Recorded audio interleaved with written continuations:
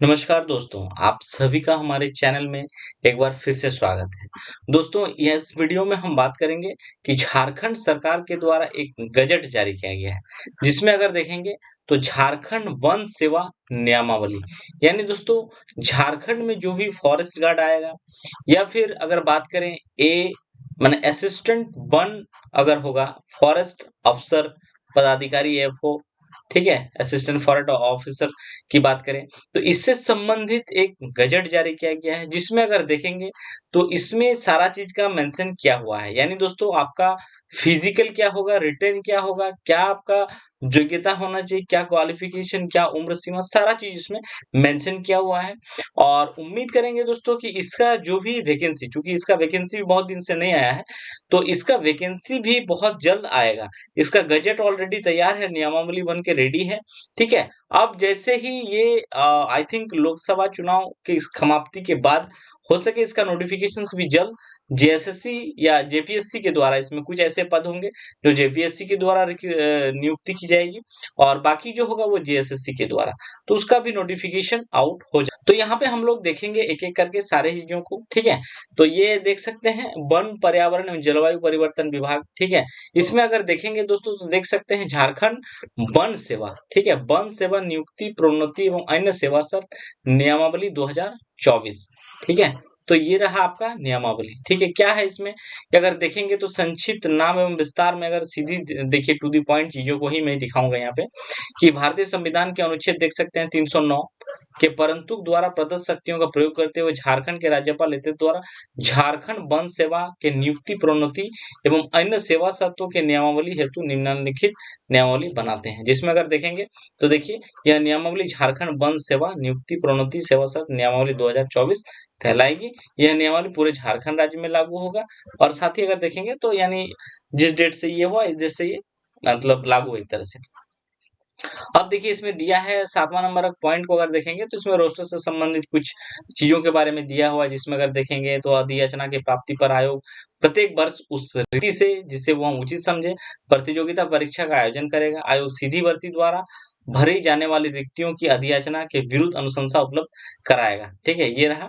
और इसमें अगर देखेंगे आयु, शैक्षणिक योग्यता, अर्हता एवं शारीरिक योग्यता, ये सारा चीज यहाँ पे दिया हुआ है। तो देख सकते हैं उम्मीदवार की आयु अधियाचना वर्ष की 1 अगस्त ये को 21 वर्ष कम से कम होनी चाहिए। यानी सीधी सी बात है दोस्तों कि इस फॉर्म जो आएगा इसका वैकेंसी, इसमें आपका न्यूनतम उम्र जो है वो 21 वर्ष कम से कम होना चाहिए, ये यहाँ पे दिया हुआ है। दूसरा बात का अधिकतम उम्र सीमा जो है वो कार्मिक यानी जो कार्मिक सुधार प्रशासनिक विभाग के द्वारा तैयार किया जाएगा 4/1/2000 द्वारा निर्धारित है, ठीक है। यानी दोस्तों जो मैक्सिमम एज लिमिट है तो यहाँ पे दिया हुआ है कि 4/1/2021, इसके हिसाब से अगर देखेंगे तो यहाँ पे देख सकते हैं अनरिजर्व कैटेगरी में देखेंगे तो 35 ईयर्स मैक्सिमम मिलेगा। अत्यंत पिछड़ा वर्ग BC1 BC2 में पुरुष में अगर देखेंगे तो 37 ईयर्स मिल जाएगा। महिलाओं में देखेंगे चाहे आप अनरिजर्व से हो, BC1 BC2 से आते हो तो 38 ईयर्स आपको मिलेगा। और SC ST पुरुष महिला दोनों के लिए जो मैक्सिमम एज लिमिट है वो 40 ईयर्स, यानी अगर न्यूनतम देखेंगे तो 21 और बाकी कैटेगरी के हिसाब से यहाँ पे सारा चीज दिया हुआ है, ठीक है। इसमें आपका जनरल भी है, ओबीसी में BC1 BC2 भी है, SC भी है और ST है। सारा कैटेगरी के हिसाब से एज रिलैक्सेशन जो है यहाँ पे मिल जाएगा।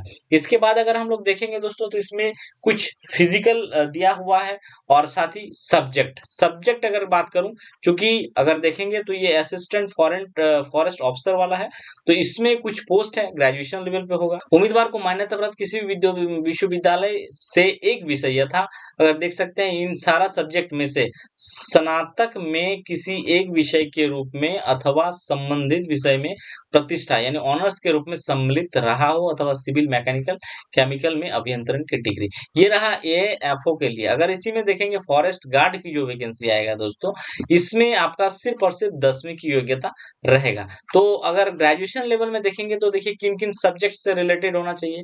पहला देखिए कृषि या कृषि में अभियंत्रण, ठीक है, एग्रीकल्चर साइंस, पशुपालन एवं पशु चिकित्सा विज्ञान ये है, वनस्पति शास्त्र चलेगा, रसायन चलेगा, रसायन विज्ञान हो गया, वानिकी अगर देखेंगे वानिकी, भूगर्भ शास्त्र, विज्ञान, गणित वाला लोग अप्लाई कर सकते हैं, फिजिक्स अप्लाई कर सकते हैं, सांख्यिकी कर सकते हैं, जंतु विज्ञान कर सकते हैं, पर्यावरण विज्ञान के साथ अगर यार इतने सारे सब्जेक्ट है, अगर देखेंगे कुल मिलाकर तो 15 सब्जेक्ट है दोस्तों, ठीक है। और इन 15 सब्जेक्ट में से अगर किसी में आपका ग्रेजुएशन है तो आप अप्लाई कर सकते हैं, ठीक है। आवेदन की प्रक्रिया देख सकते हैं संयुक्त असैनिक सेवा प्रतियोगिता परीक्षा के अनुसार, यानी अगर देखेंगे तो जेपीएससी के प्रोसेस के आधार पर ही आपका इसमें एग्जाम लिया जाएगा। शारीरिक योग्यता हेतु न्यूनतम मानदंड जो है यानी फिजिकली स्टैंडर्ड की बात करें तो देख सकते हैं ऊंचाई पुरुष के लिए 152.5 सेंटीमीटर, ऊंचाई महिला के लिए देखेंगे तो 145 सेंटीमीटर, और अन्य कोटि में अगर देखेंगे, ठीक है, तो यहाँ पे चूंकि दिया है अनुसूचित जाति अनुसूचित जनजाति के उम्मीदवार के लिए, एससी एसटी के लिए है, और बाकी अगर देखेंगे अन्य कैटेगरी के लिए तो हाइट जो मांगा गया है 163 मांगा गया है, और महिलाओं के लिए 150 होना चाहिए। सीना की बात करूं बिना फुलाए पुरुषों के लिए 79 और 5 सेंटीमीटर फुलाना, यानी एक्सपेंशन के साथ 79 और मान के चलिए उसमें 5 यानी 84 तक आपका मैक्सिमम एक्सपेंशन के साथ आना चाहिए।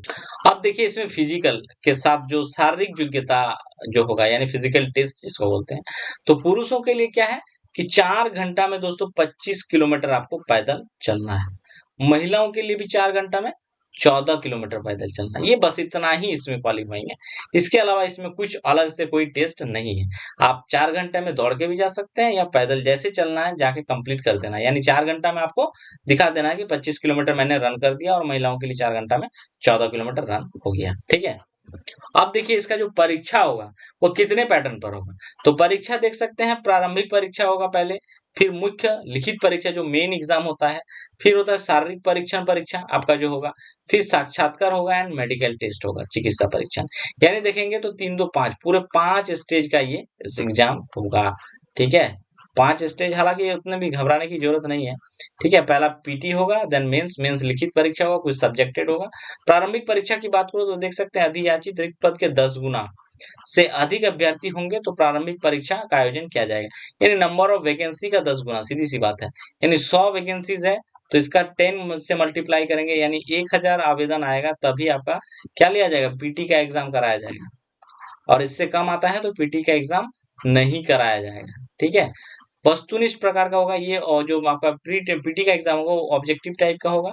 प्रारंभिक परीक्षा मात्र सामान्य अध्ययन का होगा, जो कि अगर देखेंगे दोस्तों तो एक पत्र का होगा, यानी एक ही पेपर का ये एग्जाम लिया जाएगा, और जिसमें अगर फुल मार्क्स की देखें तो 150, यानी एक पेपर का पीटी होगा दोस्तों, और ये 150 मार्क्स का आपका रहेगा, ठीक है। 150 मार्क का अंक होगी, और समय जो आपको मिलेगा इसमें टाइम की बात करूं तो 2 घंटा, यानी 2 घंटा में आपको 150 मार्क्स के रहेंगे।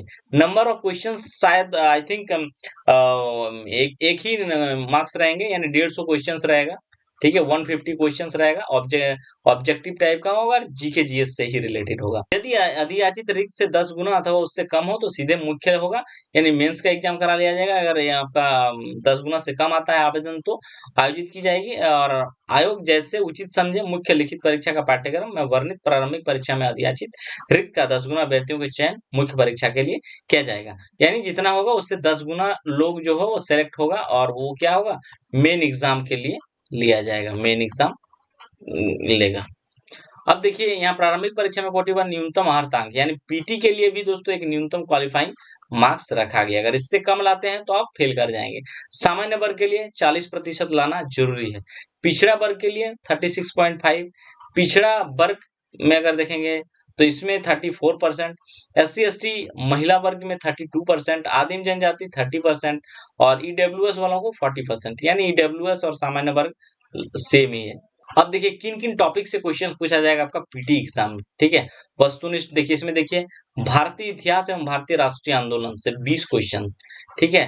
भारत एवं विश्व का भूगोल 15 क्वेश्चन, भारतीय राज्य व्यवस्था एवं भारत का संविधान से 20 क्वेश्चन, भारतीय अर्थव्यवस्था 20 क्वेश्चन, झारखंड का इतिहास भूगोल अर्थव्यवस्था एवं संस्कृति से 30 क्वेश्चन, राज्य देश एवं विश्व के महत्वपूर्ण समसामयिक घटना करंट से 20, और सामान्य विज्ञान से 25 क्वेश्चन, कुल मिलाकर 150 क्वेश्चन। समय आपको मिलेगा 2 घंटा, और फुल मार्क्स जो रहेगा दोस्तों वो भी आपको 150 मार्क्स के होंगे। यानी अगर देखेंगे तो झारखंड जीके से दोस्तों यहाँ पे जो है वो आपको 30 क्वेश्चन यहाँ पे भी आपको पूछा जा रहा है, ठीक है। इसके अलावा अगर बात करें मेन एग्जाम की, तो मुख्य परीक्षा दोस्तों देख सकते हैं झारखंड लोक सेवा आयोग द्वारा नियुक्ति हेतु ली जाने वाली परीक्षाओं के लिए संचालन नियमावली के अनुसार आयोग मुख्य लिखित परीक्षा आयोजित करेगा। लिखित परीक्षा का स्वरूप निम्नवत है। परीक्षा के विषय के पूर्णांक निम्नलिखित होंगे, देख सकते हैं। सामान्य हिंदी 50 अंक और सामान्य अंग्रेजी 50 अंक। ठीक है, ये 100 अंक के होंगे, क्वालिफाइंग नेचर का होगा और इसमें समय आपको 3 घंटा मिलेगा। सामान्य अध्ययन की बात करें तो यहाँ पे देख सकते हैं पेपर 1 एंड पेपर 2। सामान्य अध्ययन के आपका 2 पेपर रहेगा। ठीक है, एक यहाँ पे एक यहाँ पे। ठीक है, पेपर 1 200 अंकों का रहेगा, ये भी 3 घंटा मिलेगा।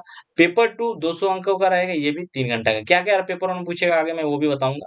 वैकल्पिक विषय, ये देखिए वैकल्पिक विषय ऑप्शनल सब्जेक्ट 2 को रहेगा आपका, पेपर 1 एंड पेपर 2, जो कि 15 भाषा है। 15 चूंकि पेपर है, उन 15 में से आपको जो भी ऑनर्स है उसमें से चूज करना पड़ेगा। ठीक है, ये भी 200 अंक का होगा और ये भी 200 अंक का। समय वही 3-3 घंटा आपको मिलेगा। वैकल्पिक विषय 2 की बात करूं तो यहाँ पे देखिए पेपर 1, एक ही पेपर आपको यहाँ पे रखना है, बल्कि पेपर 1 एंड पेपर 2, यानी ऑप्शनल में 2 पेपर। ये भी 200 अंक और समय वही 3-3 घंटा। और इंटरव्यू जो होगा दोस्तों आपका देख सकते हैं 150 अंक का इंटरव्यू होगा। कुल मिलाकर 1350 अंक का आपका एग्जाम मुख्य परीक्षा होगा, मेन एग्जाम। और इसमें देख सकते हैं आपका जो क्वेश्चन पूछा जाएगा अनिवार्य में हिंदी माध्यमिक स्तर का रहेगा 50 क्वेश्चन, अंग्रेजी माध्यमिक स्तर का 50 क्वेश्चन, कुल मिलाकर 100 अंक रहेगा। हिंदी उत्तर हिंदी और देवनागरी लिपि में लिखे जाएंगे। पाठ्यक्रम में अंक की बात करूं तो देख सकते हैं निबंध से 20, संक्षेपण से 10 और व्याकरण से 20, यानी जो ये हिंदी का 50 पूछेगा वो देख सकते हैं निबंध से 20 नंबर का रहेगा, संक्षेपण से 20 रहेगा, व्याकरण से 20। इसी प्रकार इंग्लिश में अगर देखेंगे तो इंग्लिश का यहाँ पे दिया हुआ है ऐसे से 10, कॉम्प्रिहेंशन 20, ग्रामर से 20। अब हम लोग बात करेंगे इसका, अगर देखें सामान्य अध्ययन का पाठ्यक्रम निम्नवत होगा। तो देख सकते हैं पेपर 1 जो रहेगा दोस्तों, इसमें ये सारा सेगमेंट रहेगा। एक भारतीय इतिहास एवं भारतीय राष्ट्रीय आंदोलन, ठीक है, दूसरा भारत एवं विश्व भूगोल और तीसरा भारतीय राज्य व्यवस्था एवं अर्थव्यवस्था। ठीक है, ये पेपर 1 रह गया। पेपर 2 की बात करूं तो देख सकते हैं झारखंड का इतिहास, भूगोल एवं अर्थव्यवस्था, संस्कृति, राज्य, देश एवं विश्व के महत्वपूर्ण समसामयिक घटना, और जो यहाँ पे है सामान्य विज्ञान। पेपर 1 एंड पेपर 2 दोनों 200 का होगा, 3-3 घंटा का समय मिलेगा। बाकी यहाँ पे देख सकते हैं आपका जो विषयनिष्ठ ऑप्शनल सब्जेक्ट है, आप इन्हीं में से चूज कर सकते हैं। यहाँ पे ये जो 15 आपका दिया हुआ पेपर, आप इसी में से जो आपका ऑनर्स है आप उसमें चूज कर सकते हैं। ठीक है, और मुख्य परीक्षा में भी मिनिमम एक क्वालिफाइंग मार्क्स जो है दोस्तों वो यहाँ पे मेंशन किया हुआ है कि सामान्य वर्ग में देख सकते हैं 40%, पिछड़ा वर्ग 36.5, ठीक है, पिछड़ा वर्ग में देख सकते 34, SC/ST महिला 32, आदिम जनजाति में देखेंगे 30% एंड EWS में 40%। ठीक है, और यहाँ पे इंटरव्यू आपका देख सकते हैं 150 रहेगा। क्वालिफाइंग पेपर एवं प्राप्तांक अंतिम मेगा सूची में नहीं जोड़ा जाएगा, यानी दोस्तों आपका जो क्वालिफाइंग पेपर है जैसे हिंदी और अंग्रेजी, ये आपका मेरिट में नहीं जोड़ा जाएगा। और यहाँ पे दिया हुआ है कि अंतिम मेगा सूची में साक्षात्कार एवं लिखित परीक्षा में कुल प्राप्त अंकों के आधार पर तैयार किया जाएगा।